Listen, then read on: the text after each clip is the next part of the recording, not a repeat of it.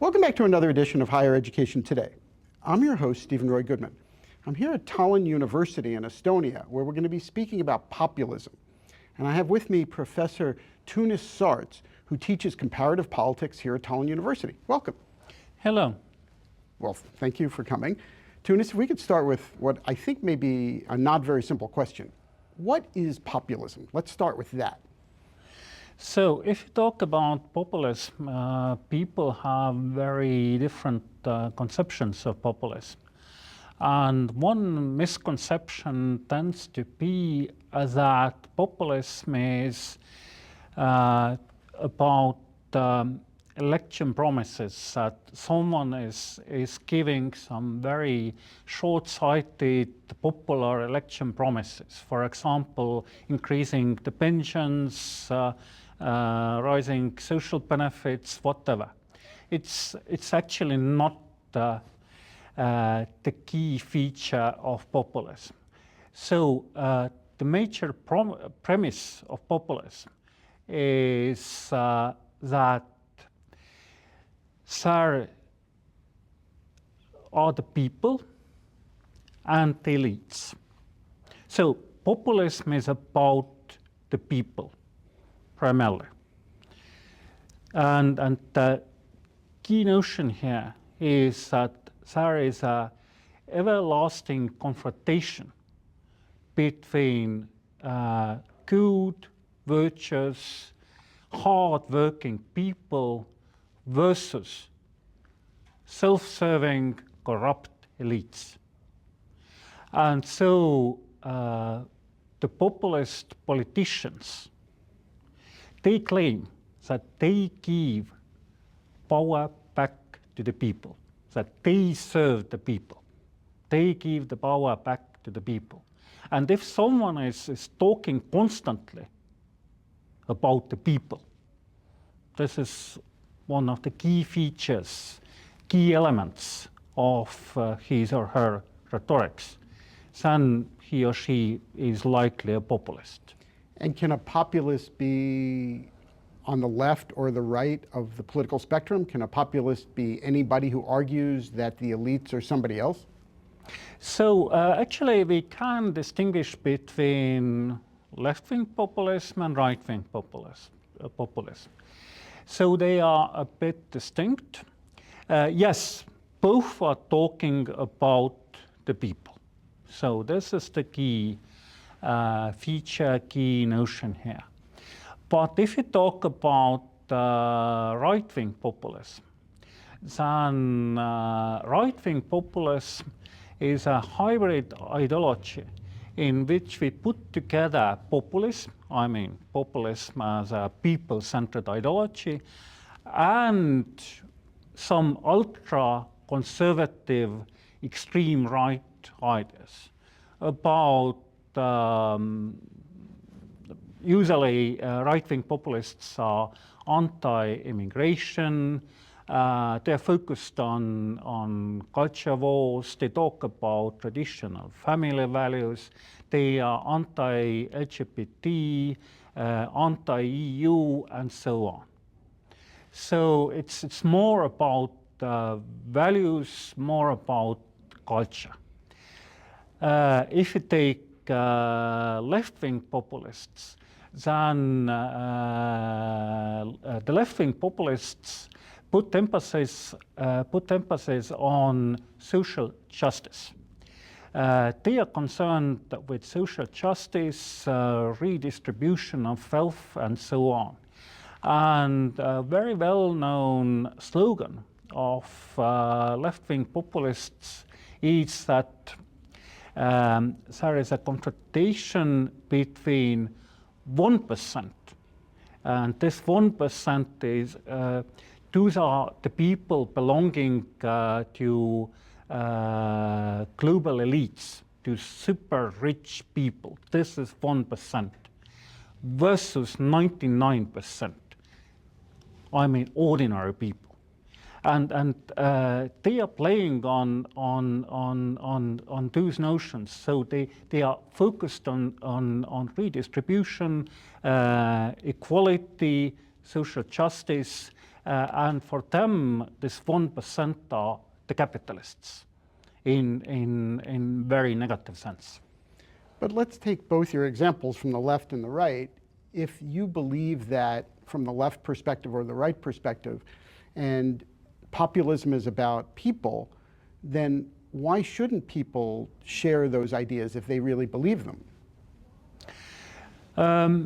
Yes, if you take the popularity of the populist parties all across the world, then yes, there is a lot of talk about populism today.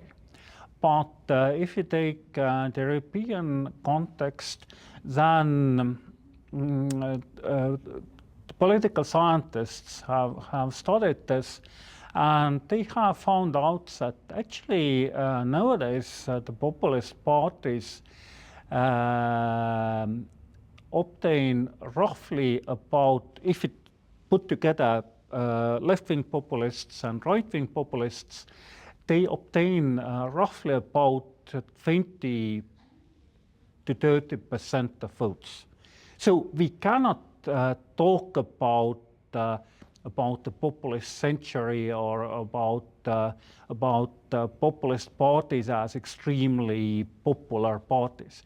Yes, of course, the support for the populist parties has increased in recent decades to a large extent, but we cannot see a true explosion of populism right now, at least not in Europe.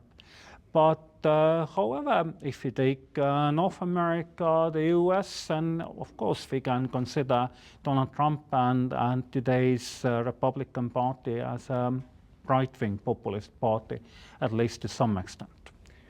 So is that a view throughout Estonia and throughout Europe, in your view, that the Republican Party in the United States is populist? Did I hear you correctly? Yes, there are a lot of elements in Donald Trump's ideology which brings him closer to populism. Because, yes, Donald Trump also likes to talk about ordinary people and about the suffering, and that he's representing the true voice of the people, hardworking Americans, and so on.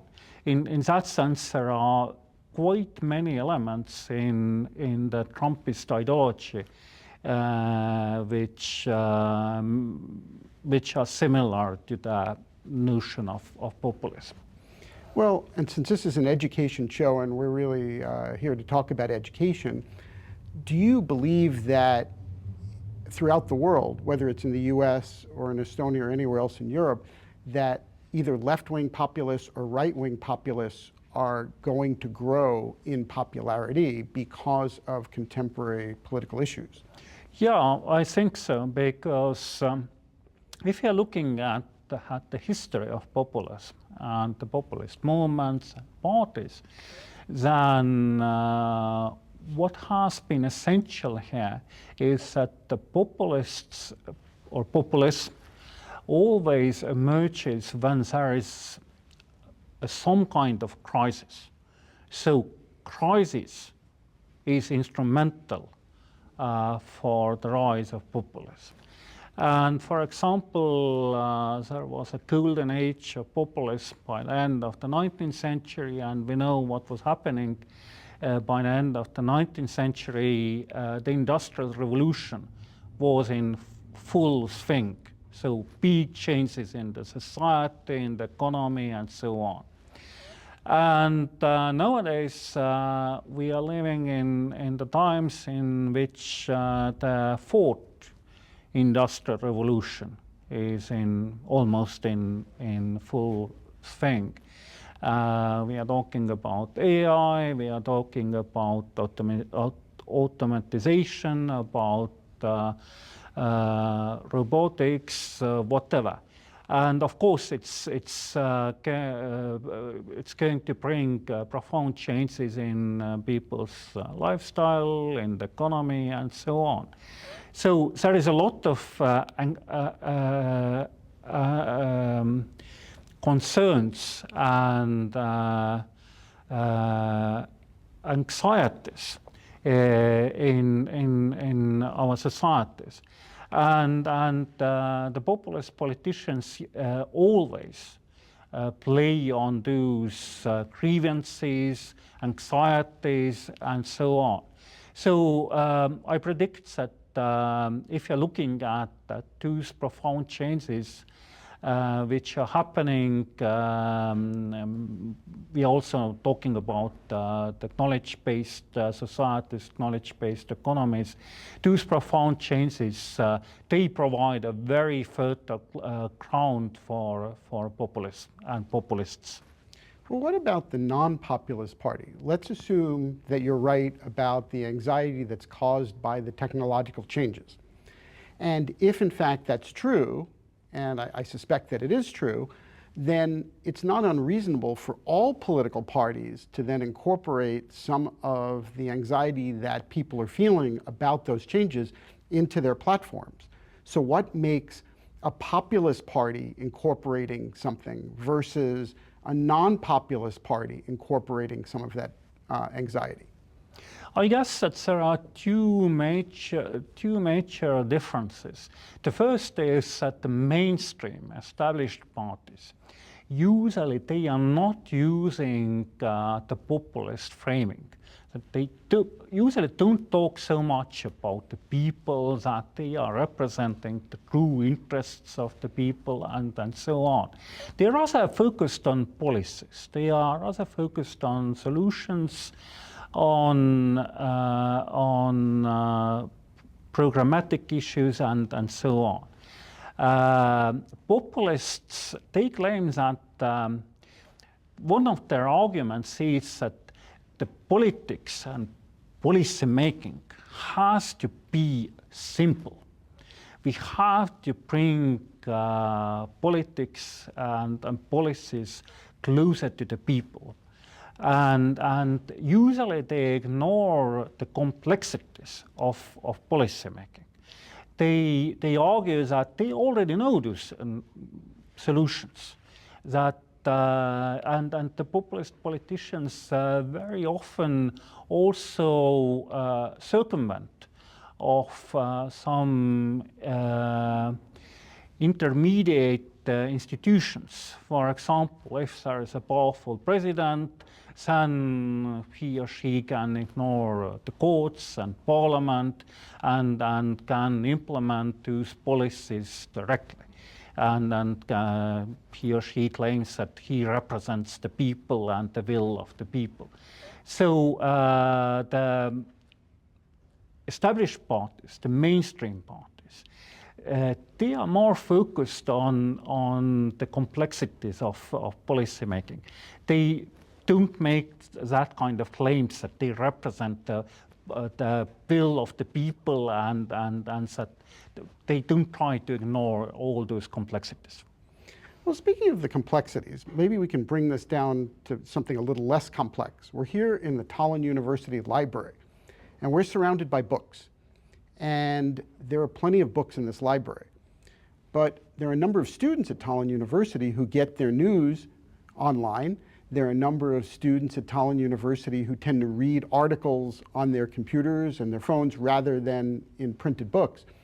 So what should we do with some of these institutions, like these major libraries, that were built in another era, and how do the political folks and the education folks deal with some of those populist tendencies to satisfy what people want right now without completely throwing out the entire old system?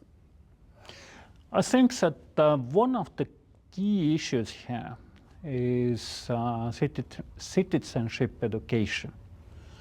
I mean, nowadays, yes, at least, of course, there are very different traditions of citizenship education at the high school level in very different countries, how is it taught and so on. But I think that nowadays we have to expand the curriculum in that way that it also includes critical thinking. This is going to be one of the key issues, that the people can make distinction, I mean the pupils can make distinction between disinformation and genuine information and so on. And it's going to be even a bigger challenge in the age of AI, because it's going to change the notions of the truth anyway. So I think that the citizenship education and critical thinking is going to be one of the key issues which we have to provide to the students. And do you think students in Western Europe and Eastern Europe are going in the same direction as it relates to either their education or in terms of their views about populism? I don't think so. I don't think that there are so big differences in those terms of citizenship education between Eastern and Western Europe. There are even more differences between the Northern and Southern Europe, especially in Northern Europe. This traditional citizenship education focused on how political institutions are functioning, how our democracy is functioning. That kind of citizenship education has been more established has been traditionally more established in Northern Europe than in Southern Europe. So there is not so big differences between East and West. Rather, we can see some differences between the North and South. Well, and how about the political situation? The populist parties from the left and the right, are they different from the North to the South or the East to the West? So if you take the populist parties and movements, then formerly we were talking about right-wing populism and left-wing populism. And historically, actually, the left-wing populism has been more widespread and potent in the South. In Southern Europe, left-wing populist parties have been more popular, and also in South America. If we take the Americas, and again we can see this South and North divide, in which in the US we have Donald Trump, and Trumpism. It's rather similar to the right-wing populism, but in South America, in Latin America, traditionally the left-wing populist parties have been more widespread. But during the recent decade,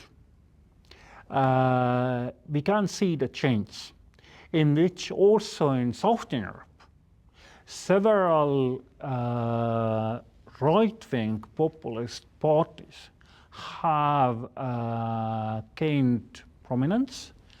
For example, Vox Party in Spain, the Golden Dawn in Greece, the League or Lega in Italy, and so on. And also in Latin America, if we take, for example, the former Brazilian President Bolsonaro. So Bolsonaro was a very classical right-wing populist. So yes, there is still distinction that usually the left-wing populist tends to be much weaker in the North than in the South. But nowadays in the South we can see both strands of populism, both right and the left. Well, let's assume you're a television viewer and you're watching this right now, and you say to yourself, well, maybe this is true. What can you do as a voter or as just a regular citizen to understand when somebody is using a populist argument from the left or the right? I think that one of the key issues or rhetorical element to follow is whether that politician is talking about the people. Maybe he or she is not using this notion, the people, explicitly, but he or she is talking about the society as a whole, that there is a majority, and this majority has been ignored, and now we have to take power back to the people or to that majority. And if we can see that kind of rhetorics, then yes, we can assume that that the politicians like that are the populists. But what about a little bit of populism? So let's assume that there's a mainstream political leader or a mainstream education leader who says, well, certain aspects of the university sector aren't working, certain aspects of the NGO sector aren't working, certain aspects of the government aren't working. Is that so bad? Because in a democracy, don't we want our elected leaders to address some of the shortfalls of our society? Yeah, absolutely. It's a big paradox of populism that actually we can say that if there is no populism at all, there is no democracy. So a certain amount of populism is necessary for the functioning of democracy, because democracy is also about the people, about the power of the people, and so on. If we take the people out from democracy, then it's not anymore democracy. So to some extent, yes, populism is necessary for healthy democracy.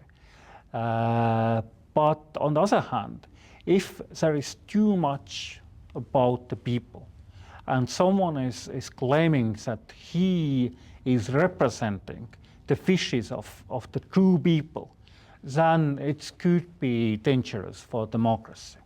Because the key problem here is that usually if the populists are talking about the people, then that notion of the people is not inclusive notion. It's rather exclusive notion. Usually, for example, if you take the right-wing populists, and if they talk about the people, then usually they are talking about this conservative, white, silent majority. Those people are the people for the right-wing populists, and they exclude all the rest.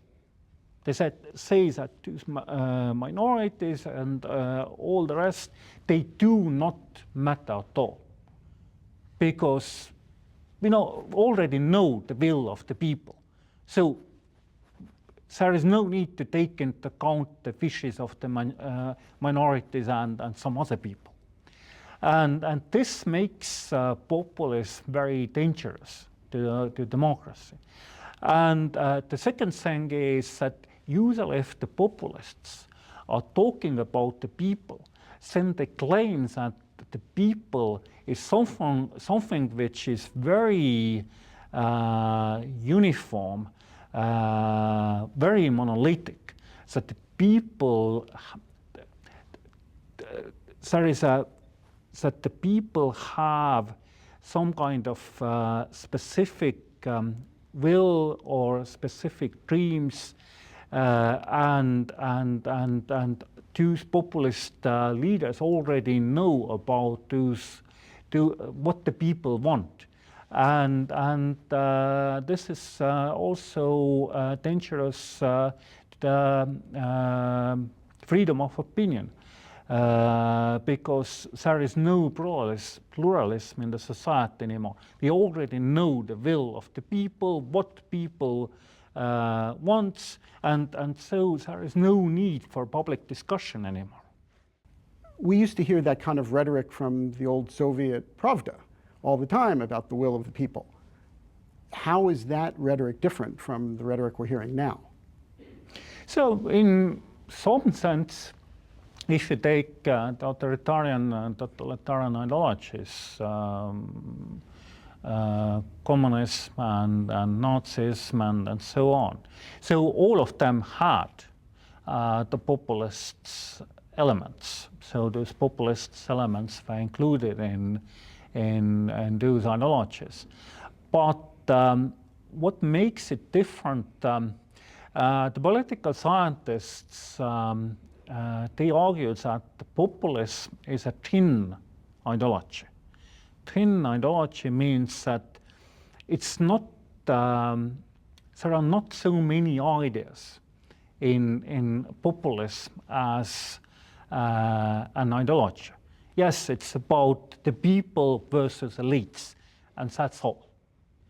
And in order to function, populism has to be aligned with some other ideologies, whether it's conservatives, ultra-conservatives, or with some socialist ideologies like the left-wing populism and so on. So if you take the communist and Nazi ideologies, so populism was never a key element there. It wasn't a key issue. Rather, this Nazi ideology, the communist ideology, this was the key issue. Populism was just a very, very supplementary issue there. Well, this is interesting. I wish we could continue this conversation because this is fascinating. I think people will have a lot to say and a lot to read about populism, so we thank you for your time today. If you would like additional information about Tõnis or about Tallinn University, please go to tlu.ee. If you would like to send a note to me at the show, please send an email to highereducationtoday@topcolleges.com. And thank you for watching. We will continue to bring you quality discussions about important matters in today's college and university world. I'm Steven Roy Goodman, and you've been watching Higher Education Today.